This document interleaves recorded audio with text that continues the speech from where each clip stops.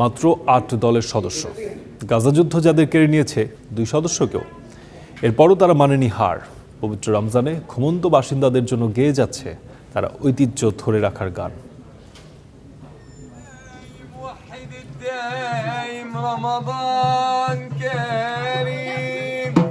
গাজার নাম শুনতেই মনে হয় অবকাঠামো বিধ্বস্ত এক মৃত্যুপুরীর কথা।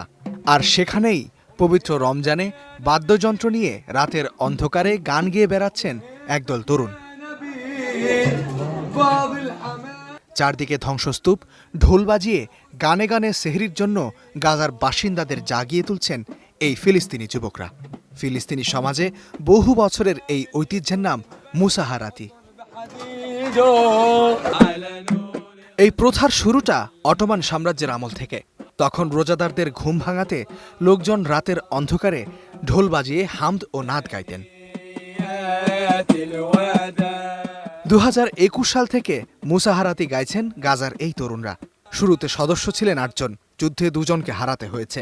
দশকের পর দশক ইসরায়েলের নির্বিচার হত্যাযজ্ঞ কিংবা বাস্তুচ্যুতির পরও ঐতিহ্য ভোলেনি গাজার এই তরুণরা। রমজানে সেহরির সময় আমরা শিশুদের আনন্দ দিতে বের হই। এটা আমাদের ভালোবাসা, আবেগ। এতেই আমাদের সুখ। সব কষ্ট আর চ্যালেঞ্জের মাঝেও আমরা বের হব, রাস্তায় হাঁটব, মানুষকে সেহরির জন্য জাগাবো।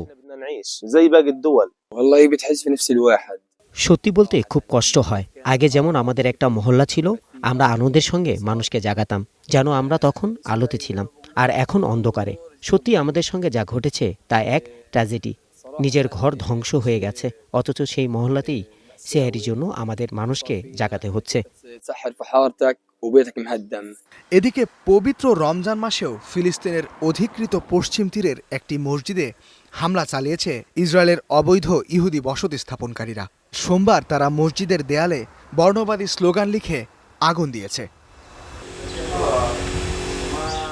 ফিলিস্তিনি সংবাদ সংস্থা ওয়াফা জানিয়েছে, উত্তর পশ্চিম তীরের নাবুলুসের কাছে সাররা ও তাল গ্রামের মধ্যবর্তী স্থানে অবস্থিত আবু বকর আস সিদ্দিক মসজিদে এ হামলা চালানো হয়। গাজা উপত্যকার পাশাপাশি পশ্চিম তীরের ইসরায়েলি সেনাবাহিনী ও অবৈধ ইহুদি বসতি স্থাপনকারীরা অব্যাহত সহিংসতা চালিয়ে যাচ্ছে। ইস্তেহাদুল মাহমুদ, স্টার নিউজ।